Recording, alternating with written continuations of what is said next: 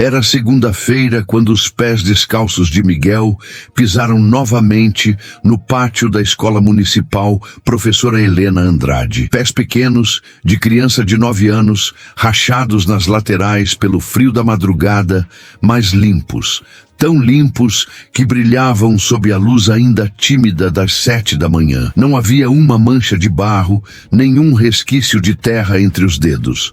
Alguém os tinha lavado com cuidado.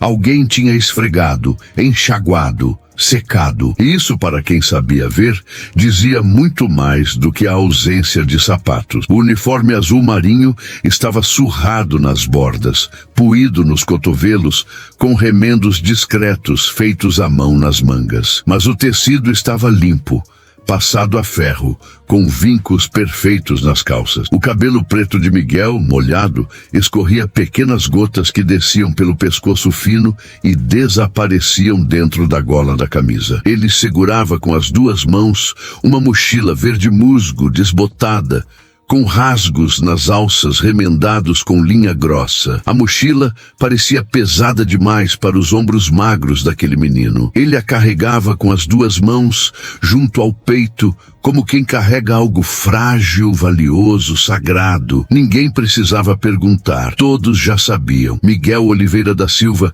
ia à escola sem sapatos. De novo, como na segunda-feira anterior. E na outra, e em todas desde o primeiro dia de aula, lá em fevereiro. Agora já é maio, 3 meses inteiros, 12 semanas, 60 dias letivos. E em nenhum deles, nem uma única vez, Miguel tinha aparecido calçado. As crianças cochichavam no portão de entrada, entre risadas abafadas e olhares de lado. Olha lá o Miguelzinho, de novo descalço, mano. Deve ser moda nova, um menino de boné vermelho disse, e os outros riram. Aposto que a mãe dele gastou o dinheiro com outra coisa. Uma menina de tranças comentou. E a amiga ao lado completou. Ou então ela nem liga. Vai ver, nem percebe que o filho não tem sapato. Os risos vinham baixos. Mas vinham como facas pequenas, silenciosas, que cortam devagar. Miguel fingia que não ouvia, ou talvez realmente não ouvisse. Ele apenas apertou a alça da mochila com mais força, abaixou levemente a cabeça e seguiu em silêncio pelo corredor central do pátio até o bloco B, subindo a escada de cimento até o 2º andar, onde ficava a sala do 4º ano A. Ele sempre sentava no mesmo lugar. Última carteira da fileira da esquerda, encostada na parede, perto da janela que dava para o campinho de terra, onde os meninos jogavam bola no intervalo. A professora Clara Mendes percebeu tudo isso no primeiro dia de aula. Não só os pés descalços, mas a forma como Miguel protegia aquela mochila. Como se dentro dela houvesse algo mais importante do que cadernos, lápis ou borracha. Algo que não podia ser amassado, quebrado, roubado. Ela tinha 42 anos, 15 deles dedicados ao magistério na rede pública municipal. Já tinha visto pobreza de todo tipo, já tinha visitado barracos de lona, já tinha denunciado casos graves ao conselho tutelar, já tinha chorado sozinha em casa à noite, depois de visitas domiciliares que partiam o coração ao meio. Mas havia algo diferente em Miguel, algo que não fechava, algo que a experiência de Clara, afiada por tantos anos de sala de aula, não conseguia decifrar, porque a pobreza, Clara sabia reconhecer de longe. Pobreza era a criança que chegava suja, com cheiro azedo de mofo e urina. Era o uniforme encardido, rasgado, fedendo. Era a fome no olhar. Aquela apatia profunda de quem já desistiu antes de começar. Era o corpo curvado, o silêncio morto, a ausência de brilho nos olhos. Mas Miguel era diferente. Ele tinha olhos vivos, atentos, curiosos. Quando Clara entrava na sala, ele levantava e dizia: "Bom dia, professora", com voz clara. Ele fazia todas as tarefas. caprichava na letra, coloriu os desenhos de ciências com lápis de cor emprestado, mas devolvia sempre, agradecendo baixinho. Durante o intervalo, quando sobrava pão com mortadela da merenda, ele dividia com o colega Renan, que sempre esquecia o lanche em casa. E quando alguém contava uma piada, Miguel ria baixo, tímido, mas ria, como uma criança que, apesar de tudo, ainda estava inteira por dentro. Então por que, em pleno outono, com as manhãs geladas de garoa fina e o chão de cimento frio como gelo, aquele menino insistia em ir descalço? Clara observava todos os dias, e a cada dia a pergunta crescia. Crescia porque Miguel não era desleixado. Pelo contrário, o cabelo sempre lavado, as unhas sempre cortadas, o uniforme sempre está limpo. Ele não parecia abandonado, não parecia largado, parecia cuidado. Mas por quem? E se alguém cuidava dele?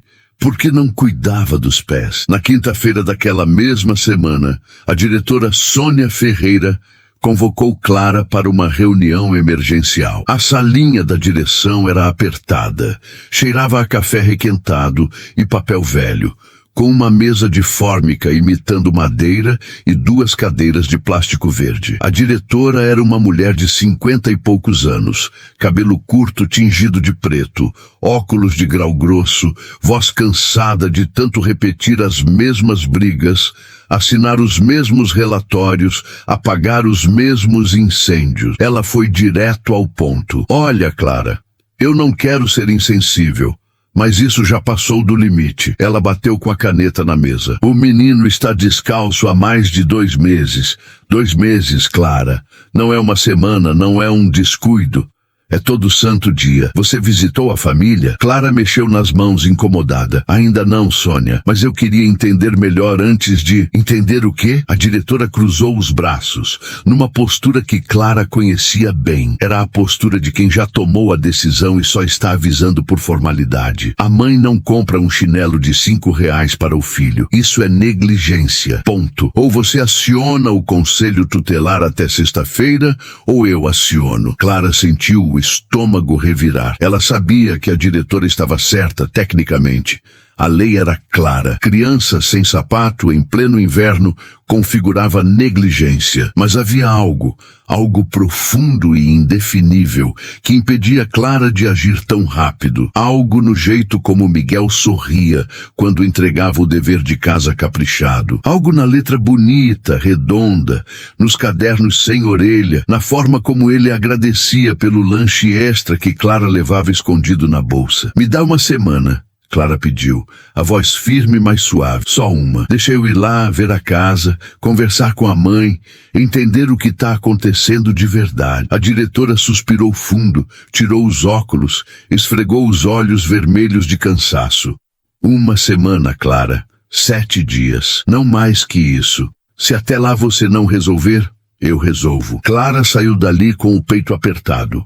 Ela não queria denunciar às cegas, não queria destruir uma família sem antes entender, porque ela já tinha visto o estrago que o conselho tutelar podia fazer quando agia rápido demais. Já tinha visto criança arrancada de casa, colocada em abrigo, separada da mãe, tudo porque alguém julgou errado. E às vezes descobria-se tarde demais que o problema não era abandono, era pobreza, era doença, era um desespero silencioso. Na sexta-feira à tarde, logo após a última aula, Clara pegou o endereço de Miguel na ficha de matrícula escolar. Rua das Acácias, número 47, bairro Jardim Esperança. Ela conhecia a região, periferia, fim de linha de ônibus, onde o asfalto terminava e começava a estrada de terra, onde as casas eram coladas umas nas outras, feitas de madeira reaproveitada, telha Eternite telha, tijolo à vista sem reboco. Pegou 2 ônibus. O segundo a deixou na entrada do bairro. Ela desceu e caminhou. As ruas eram estreitas, sem calçada. Cachorros latiam soltos, magros, desconfiados. Crianças brincavam descalças na rua, empurrando pneus velhos morro abaixo como se fossem carrinhos de corrida. Mulheres lavavam roupa em tanques na frente das casas. Homens consertavam motos embaixo de árvores. O cheiro de comida se misturava com o cheiro de esgoto a céu aberto. A casa de número 47 era a terceira da viela. Pequena, pintada de azul desbotado, com o reboco descascando em alguns pontos. Havia um portão baixo de madeira, já meio torto, e um varal na frente onde roupas balançavam ao vento. Roupas infantis, camisetas, calças, meias remendadas, tudo limpo, tudo estendido com cuidado. Clara bateu no portão. Ninguém atendeu. Bateu de novo, mais forte. Silêncio. Apenas o barulho do vento e o latido distante de um cachorro. Então, uma voz veio da casa ao lado. Uma mulher de uns 50 anos, gorda, de chinelo de dedo e avental sujo, braços cruzados sobre o peito, expressão de quem passava o dia vigiando a rua inteira. Se é a mãe do Mig que você quer, pode ir embora. Ela não tá, nunca tá. Clara virou-se forçando um sorriso educado. Bom dia, eu sou a professora dele. Só queria conversar rapidinho. A vizinha deu um sorriso amarelo, daqueles que não chegam aos olhos. Conversar? Boa sorte. Essa mãe aí trabalha que nem condenada. Sai às 5 da manhã, volta depois da meia-noite. O menino fica sozinho o dia inteiro. Se vira como pode. Eu já falei pra ela, mas ela nem dá bola. Clara sentiu o peito apertar. E o pai? Ele mora aqui? A vizinha deu de ombros com desdém. Pai? Que pai? Sumiu faz tempo. Ou morreu ou fugiu, sei lá. O menino só tem ela. E olha, não quero ser má, mas cuidar direito, que é bom.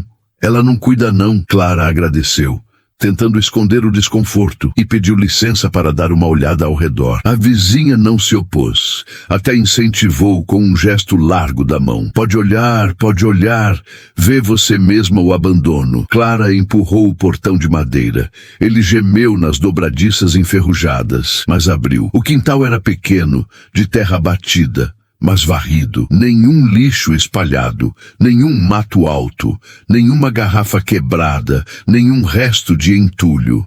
Havia uma bacia velha de alumínio virada de cabeça para baixo, usada como assento improvisado. E ao lado, um baldinho com água limpa e uma canequinha de plástico. Clara caminhou devagar. Passou perto do varal. As roupas estavam limpas, mas poídas. Camisetas com buracos remendados. Calças com joelheiras costuradas à mão. Meias com furos pequenos, mas lavadas. Ela passou a mão numa camiseta infantil, azul desbotada. O tecido estava fino, quase transparente de tão gasto, mas macio. Alguém tinha usado amaciante, ou sabão em pó com cheiro de lavanda. Alguém se importava. Clara se aproximou da janela da cozinha. A cortina de chitão estava meio aberta. Lá dentro, ela conseguiu ver uma mesa pequena de fórmica, dessas antigas, com 2 cadeiras de madeira, uma geladeira velha, baixa, amarelada pelo tempo, daquelas que faziam barulho de motor a diesel. E na parede, acima da mesa, um quadro. Não era quadro comprado, era uma foto sim, impressa em papel comum, emoldurada com papel colorido colado com fita crepe. Na foto, uma mulher jovem, talvez 30 e poucos anos, de olhos fundos e cabelo preso num rabo de cavalo, abraçava um menino pequeno, Miguel. Ele devia ter uns 5 anos na foto. Usava uma camiseta do Homem-Aranha e sorria. Sorria com a boca inteira, com os olhos apertados de tanto rir, segurando um picolé de morango que escorria pela mão. Clara sentiu um nó na garganta. Aquela foto não estava ali por acaso. Estava centralizada, emoldurada com capricho, protegida. Era o tipo de coisa que mãe que ama faz, que mãe que lembra faz, que mãe que guarda faz. Clara deu mais alguns passos. Olhou pela janela lateral. Viu, no chão da sala, um colchonete fino, coberto com um lençol surrado mas limpo.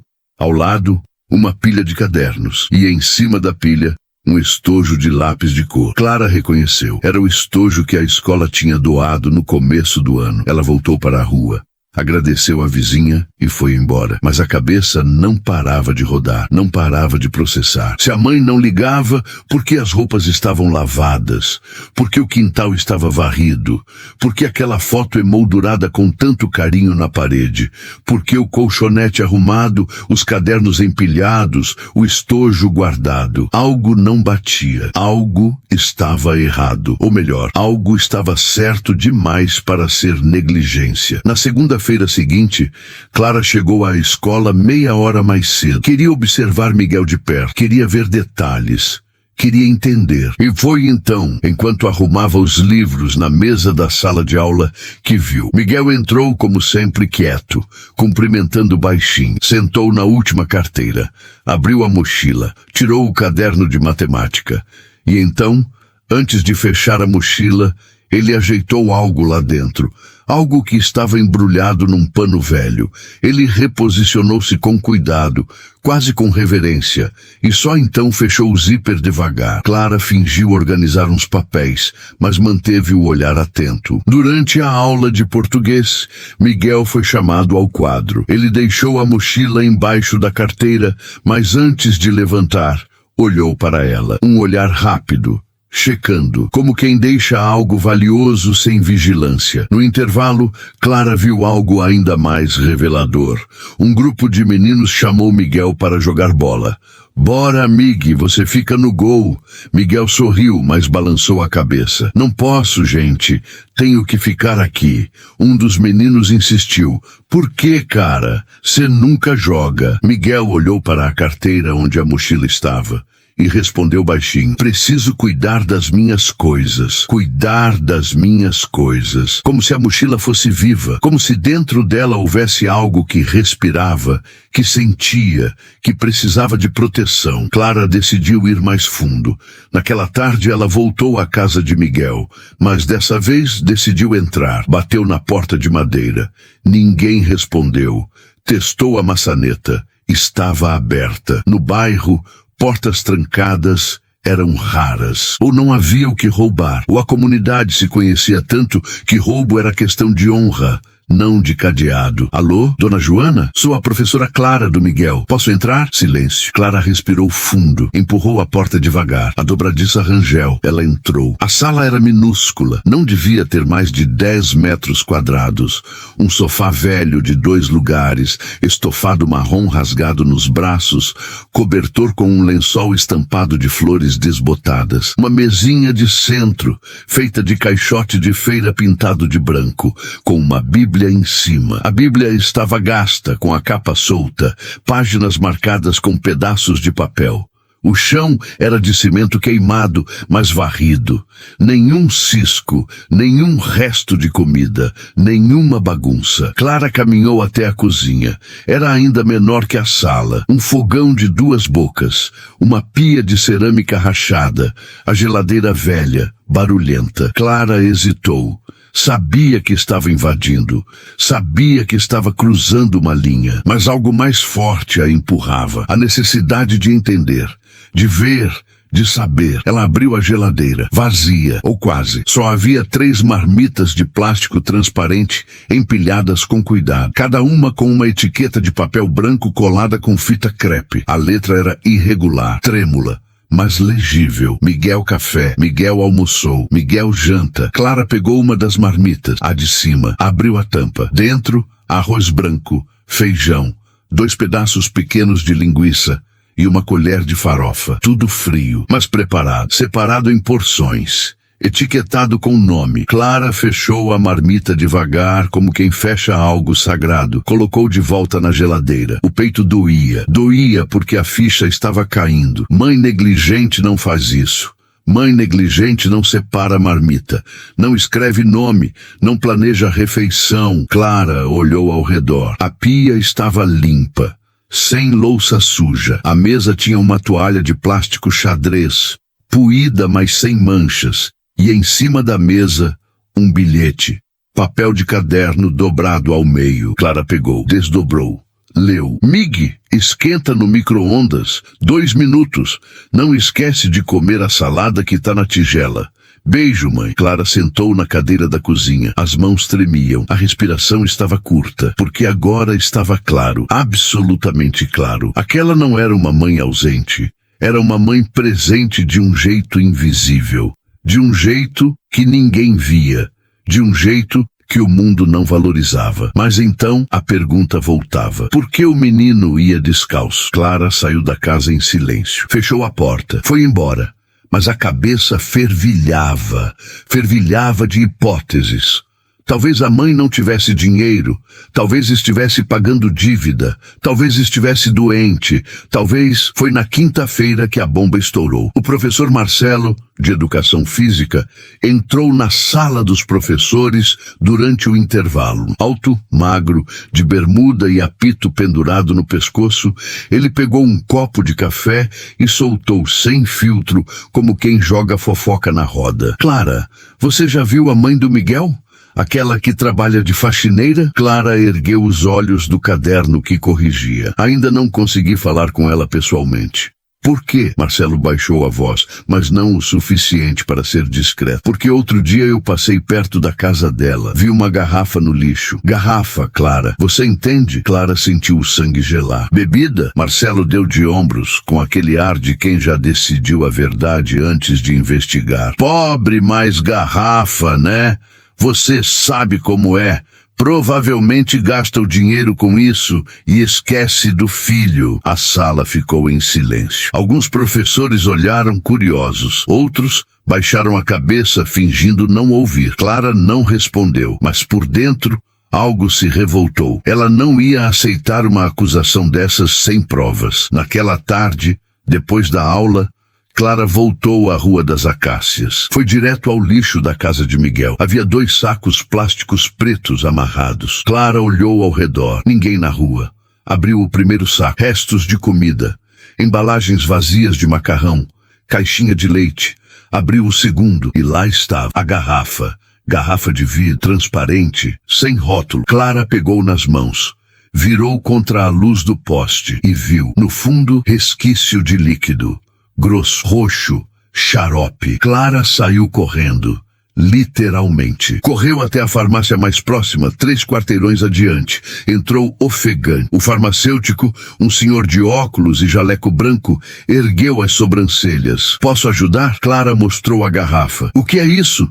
Que tipo de remédio deixa esse resíduo? O homem pegou a garrafa, examinou contra a luz, cheirou, fez uma careta. Parece anti-inflamatório de uso contínuo, para dor crônica.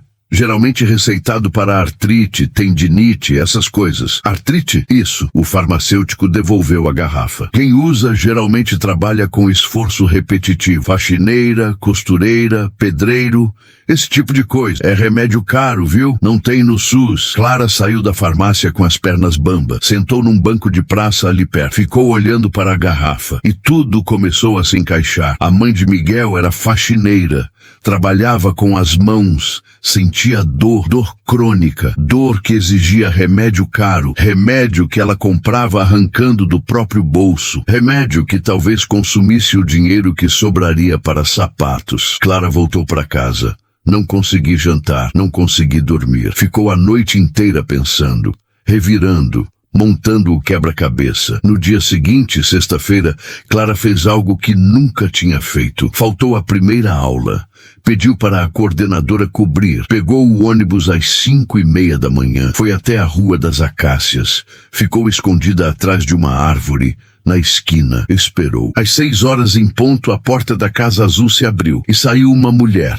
Magra. Muito magra, ossuda, cabelo preto preso num coque apertado, uniforme azul desbotado, daqueles de empresa de limpeza, com o nome bordado no peito. Joana. Ela carregava uma sacola de pano surrada no ombro. Andava devagar. Mancava levemente do lado direito. As mãos, mesmo de longe, Clara conseguiu ver, estavam inchadas. Joana caminhou até o ponto de ônibus. Clara a seguiu de longe. Joana pegou o ônibus das 6h15. Clara entrou 2 bancos atrás. Joana desceu no centro da cidade.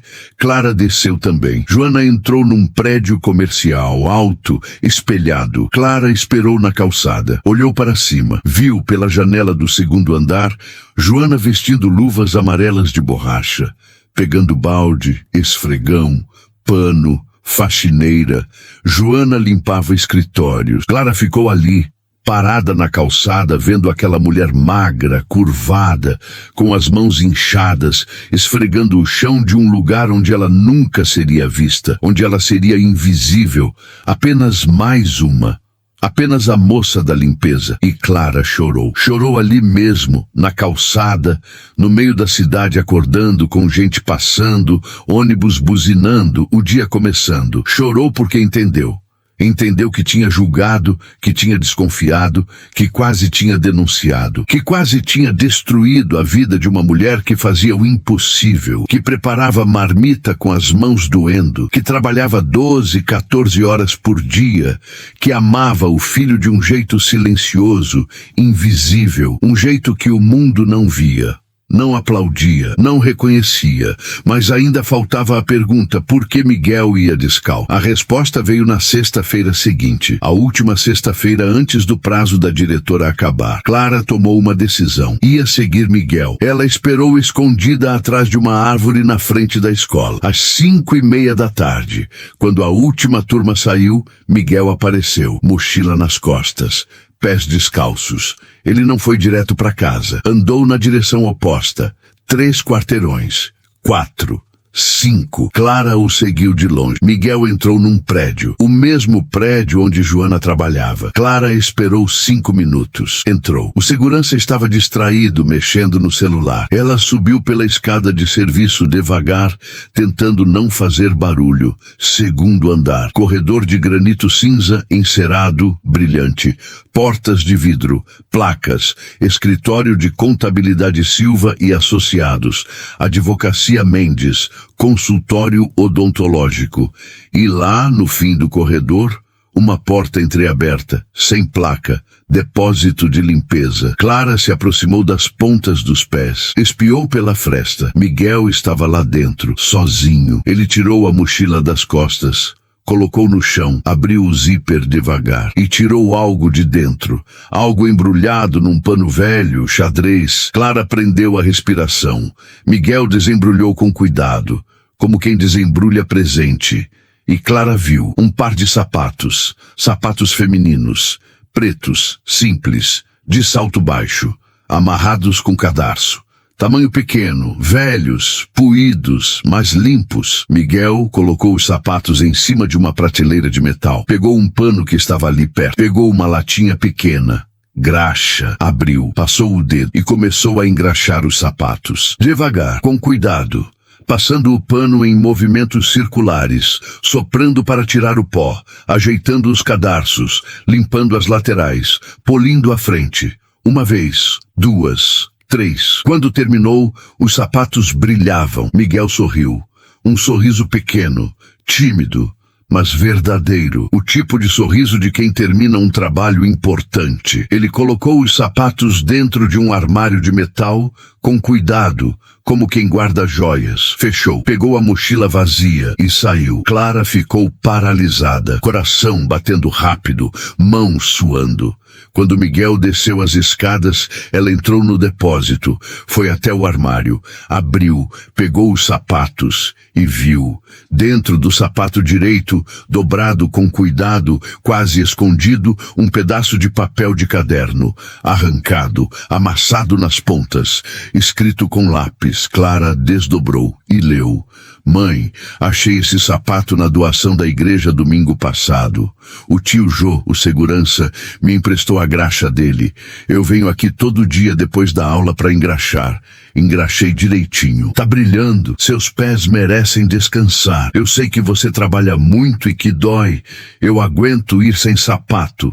Não faz mal. Te amo mais que tudo, Mig. As pernas de Clara falharam. Ela caiu de joelhos no chão frio do depósito. A carta tremendo nas mãos. Os sapatos brilhando sob a luz branca e crua da lâmpada fluorescente. E ela entendeu. Miguel não ia descalço porque a mãe era negligente. Ele não ia descalço porque a mãe não se importava. Ele ia descalço porque tinha escolhido, porque sabia que os pés da mãe doíam, porque tinha encontrado um par de sapatos de doação e decidiu sozinho, aos 9 anos de idade, dar para ela, porque preferia sentir o chão gelado nos próprios pés a ver a mãe sentir dor, porque amor Miguel tinha aprendido sem ninguém ensinar.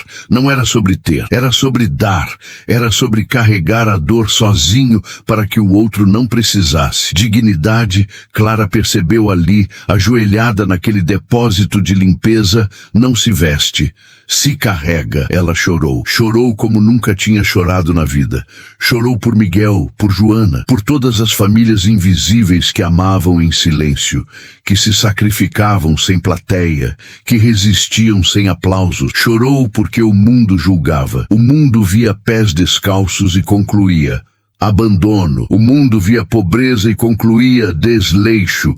O mundo via silêncio e concluía: indiferença. Mas o mundo estava errado. Clara voltou para casa com a carta dobrada na bolsa. Não dormiu. Passou a noite inteira pensando, planejando, decidindo. Na segunda-feira de manhã, antes da primeira aula, ela reuniu a diretora Sônia, a coordenadora pedagógica, os professores, as merendeiras, o porteiro, a moça da secretaria. Chamou todo mundo para a sala dos professores e contou tudo, mostrou a carta. Quando terminou, não havia um olho seco na sala. A merendeira Dona Rita, que tinha 3 filhos e trabalhava há 20 anos na escola, foi a primeira a falar. Ela limpou as lágrimas com a ponta do avental e disse, voz embargada: não vamos denunciar essa mãe, vamos honrar. A diretora Sônia, que nunca chorava, que tinha fama de dura, de burocrática, enxugou os olhos com as costas da mão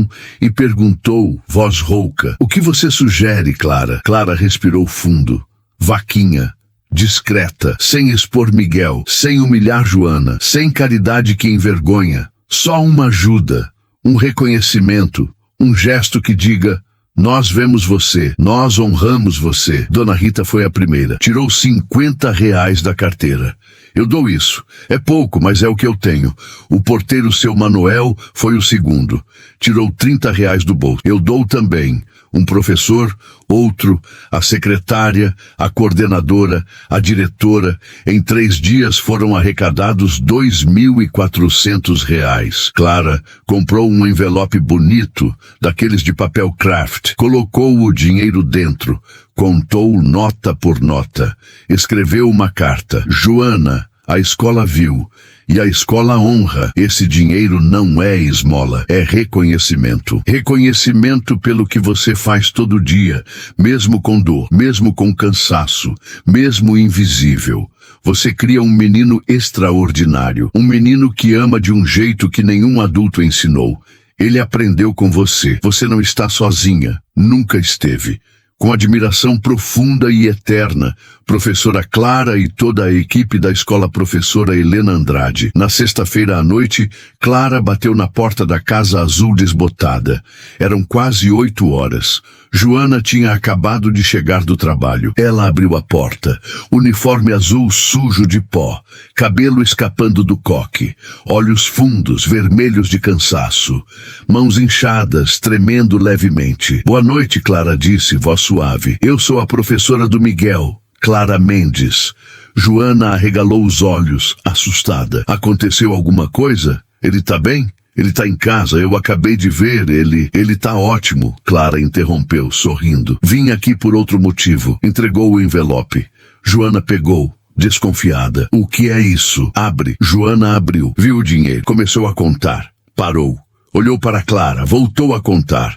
Parou de novo, leu a carta e desabou. Ela caiu sentada no batente da porta, pernas bambas. Tapou o rosto com as mãos inchadas e chorou. Chorou como quem chora anos inteiros guardados. Chorou a dor, chorou solidão, chorou a invisibilidade, chorou reconhecimento, chorou alívio. Eu não mereço isso, Joana soluçou. Eu nem cuido direito dele. Ele vai descalço. Ele vai descalço porque te ama, Clara disse, ajoelhando-se ao lado dela, segurando suas mãos inchadas. Ele vai descalço porque achou um sapato para você. E engraxa todo dia, Joana. Enquanto a gente julgava, ele amava, e ele aprendeu isso com você. Joana chorou mais ainda. Foi quando Miguel apareceu na porta. Vinha da casa do vizinho, onde ficava algumas tardes. Viu a mãe chorando. Viu a professora. Correu. Mãe, o que foi? O que aconteceu? Quem te machucou? Joana o puxou para um abraço apertado, desesperado. Ninguém, meu filho. Ninguém. É felicidade. É felicidade pura. Miguel não entendeu, mas abraçou de volta, forte, como só criança que ama consegue abraçar. Clara ficou ali, de pé, vendo mãe e filho entrelaçados sob a luz fraca da lâmpada do quintal. E soube que tinha feito a coisa certa, que tinha honrado ao invés de julgar, que tinha visto ao invés de concluir. 2 dias depois, no domingo, Clara voltou. Levou 2 sacolas grandes, dentro 4 pares de tênis. 2 para Miguel, tamanhos diferentes para ele crescer. 2 para Joana, número 36, com palmilha ortopédica para aliviar a dor. Miguel abriu a primeira sacola, viu os tênis, um azul, um preto. Pegou o azul nas mãos, olhou para Clara, olhou para a mãe e fez algo que ninguém esperava. Pegou um dos pares dele, ofereceu para Joana. Mãe, isso aqui é para você. Joana começou a chorar de novo. Filho, esse é seu. Eu tenho 2, Miguel disse sorrindo com os olhos brilhando. Você também merece ter 2. E ali, naquela casa pequena de madeira, naquele bairro esquecido pela prefeitura, naquele canto do mundo que não aparecia em mapa, aconteceu algo raro, algo que não vira notícia, que não ganha troféu, que não tem plateia. Aconteceu amor, amor do tipo que engraxa sapato em segredo, amor do tipo que aguenta dor sozinho, amor do tipo que vai descalço para que o outro descanse. 6 meses depois, a vida tinha mudado. Joana, com o dinheiro arrecadado, conseguiu pagar um curso técnico de auxiliar administrativa. 3 meses depois, foi contratada para trabalhar de dia, horário comercial, numa clínica médica, sem mais madrugadas, sem mais noites, sem mais mãos sangrando de tanto esfregar chão. Miguel continuou sendo o menino quieto da última carteira, mas agora calçado, tênis azul nos pés. E sempre que alguém perguntava sobre o tênis, ele sorria e dizia: ganhei da escola, mas o melhor presente foi ver minha mãe de tênis novo também. Clara nunca mais julgou uma criança pela aparência, nunca mais viu a pobreza como sinônimo de abandono, porque aprendeu que dignidade vem de dentro, que amor não grita, que sacrifício não pede palco. E toda vez que via Miguel na sala, sorrindo, respondendo às perguntas, ajudando os colegas, Clara lembrava: o menino que ia descalço não era pobre, era rico, rico de um amor que o mundo ainda estava aprendendo a ver.